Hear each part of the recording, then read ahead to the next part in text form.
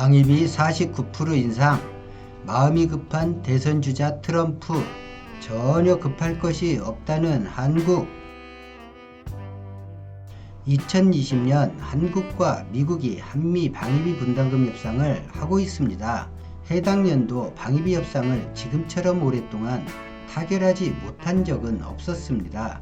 지금까지 한미 간에 이견이 조율되지 않아 협상이 지속할 경우 통상적으로 나왔던 말이 한미동맹 약화 우려나 주한미군 철수나 감축 우려 보도가 많았습니다만, 요즘 방위비에 대한 보도에서 이런 주장이 많이 감소한 것을 알 수 있습니다. 언제나 미국, 일본과 마찰 시에 지레 겁먹고 꼬리를 말고 손을 비벼야 살 수 있다는 보수 언론에게 문재인 정부가 집권 4년차까지 보여준 학습의 결과라 보입니다.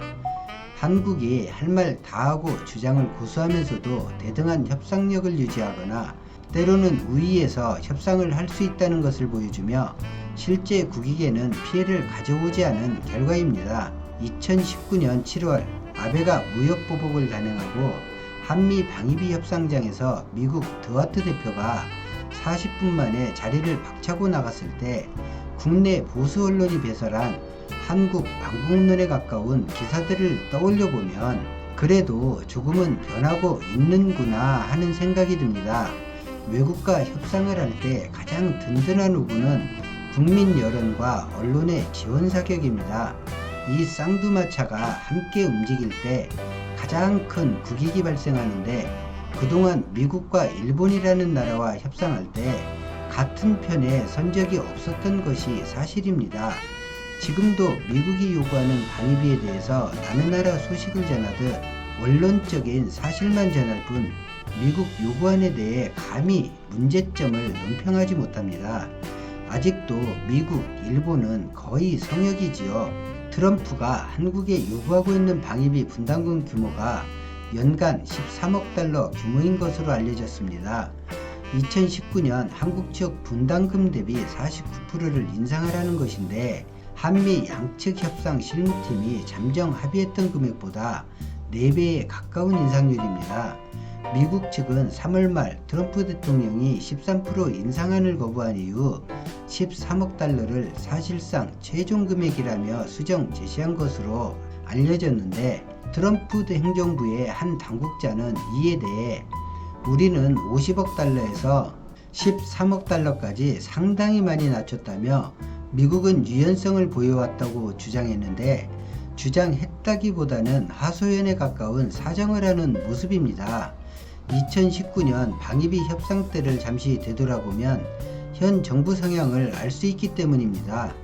문 대통령의 원칙 고수 입장은 지난해 타결된 10차 협상 때도 있었는데, 문 정부와 트럼프 정부 들어 진행된 첫 SMA 협상에서 미 협상팀은 협상 막판인 2018년 12월 지금과 비슷한 패턴으로 실무진 협상을 무시하고 트럼프 대통령 지시로 돌연 12억 달러를 요구했지만 한국이 강하게 버티면서 충돌했고, 결국 양국은 2019년 2월 1년만 유예한 조건으로 1조 389억 원으로 합의했습니다. 상식선과 국민이 수용할 수 있는 원칙을 중시하는 현 정부 성향을 미국도 이제는 잘 알고 있는 것입니다. 50억 달러를 요구하다가 25억 달러 정도로 양보하는 척할 때 한국은 방위비 감액을 주장하면서 미국 협상팀을 절망에 빠뜨렸고, 협상에 그다지 적극적이지 않은 한국을 다그쳐 재개된 3월 협상에서 한국이 처음으로 13% 인상안을 제시, 미국 협상팀은 물론 폼페이오 강경화 장관까지 승인했는데 이것을 패배라 생각한 트럼프가 틀어버린 것입니다. 트럼프가 보기에 한국 협상 전략에 미국 협상팀이 완전히 농락당했다고 본 듯합니다. 그리고 5월이 되어 13억 달러를 협상안이라며 트럼프가 제시했습니다. 명목상으로 보면 전년 대비 49% 인상하는 것이니 미국 쪽에서 보면 대단한 성과로 보일 수 있는 성적입니다. 그런데 그건 트럼프가 스스로 정하고 제시한 2019년 협상 패턴과 조금도 다르지 않습니다. 2019년 협상안을 두고 한미 어느 곳도 승리나 패하지 않았다고 분석합니다.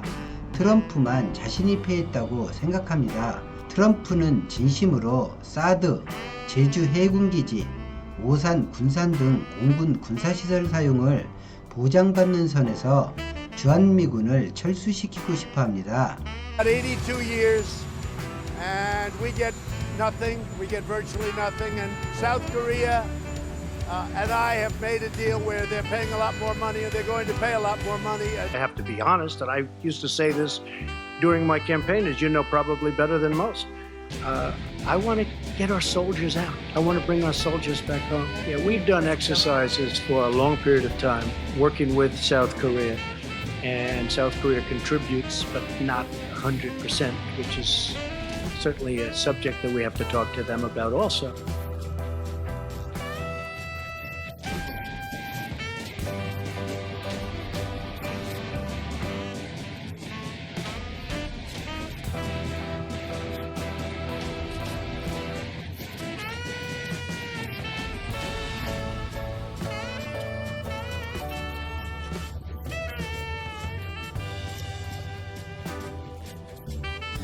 돈 드는 인력은 빼고 정보나 전략자산 운용 편리성은 유지하고 싶어 합니다.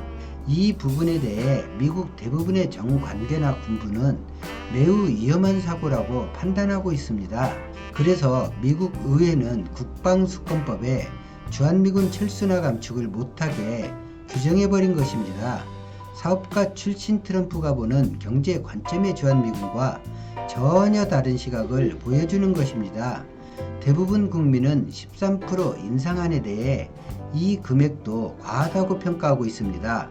트럼프는 이 금액으로는 안 된다고 평가하고 있습니다. 그럼 미국 대선 끝나고 다시 협상하면 됩니다.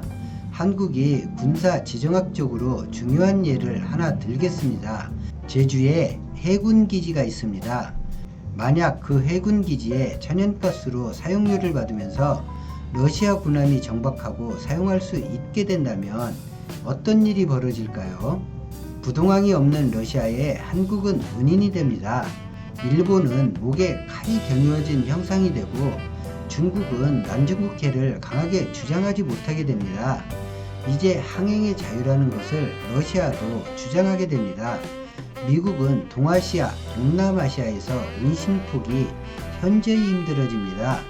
한반도를 분단시키면서까지 지키려던 태평양에서 미국 패권이 심각하게 흔들리게 됩니다. 한국에 주한미군이 있고 제주 해군기지를 미러가 같이 쓰는 결정권도 사실 한국 의지에 달려 있습니다. 하지만 현실적으로 한미동맹이 미국식 요구나 과실로 깨지지 않는 이상 불가능한 설정입니다. 한국이라는 나라의 지정학적 군사 요충지 값어치를 한국인만 모르고 있습니다. 그래서 미국이 저런 몰상식한 주장을 계속할 수 있는 것입니다. 전략자산 운용하는데 돈 많이 들면 그 전략자산 기술을 한국에 팔면 됩니다. 이런저런 제약을 걸어놓은 것도 미국이고 제약을 걸면서 자신들이 그런 역할을 한다고 염려하지 말라고 한 것도 미국입니다. 그래놓고 이제 와서 딴소리하면 안 되겠죠. 전작권이 넘어오는 그날부터 미군 주둔에 대한 갑을의 위치는 완전히 변할 것입니다. 또한 한반도를 두고 일본과 비밀리 전쟁을 계획하는 그런 움직임도 일어나기 어렵습니다. 미국의 주권을 맡기고 스스로 식민지가 되어 안보를 구걸한다는 말도 더 듣지 않아도 됩니다. 지금 벌이고 있는 방위비라는 용어도 저는 바뀌기를 희망하고 있습니다. 말 그대로 지켜주는 값을 협상한다는 것인데 상호 협력 비용이라든지 전략적 군사 비용이라든지 주둔 지원금 협상으로 바꾸기를 희망합니다. 내 나라를 내가 지킨다는 의지도 자신감도 부족하니 경제나 군사에서 강대국 반열에 오른 지금도 저런 용어로 협상을 하고 있고 미국이 지켜준다는 것이 당연하다 여겨 무감각해진 것입니다. 국민 의식이 깨어나고 정치인과 언론이 깨어나면 결코 쓸 수 없는 이름이라 생각합니다. 오늘 영상은 여기까지입니다. 고맙습니다.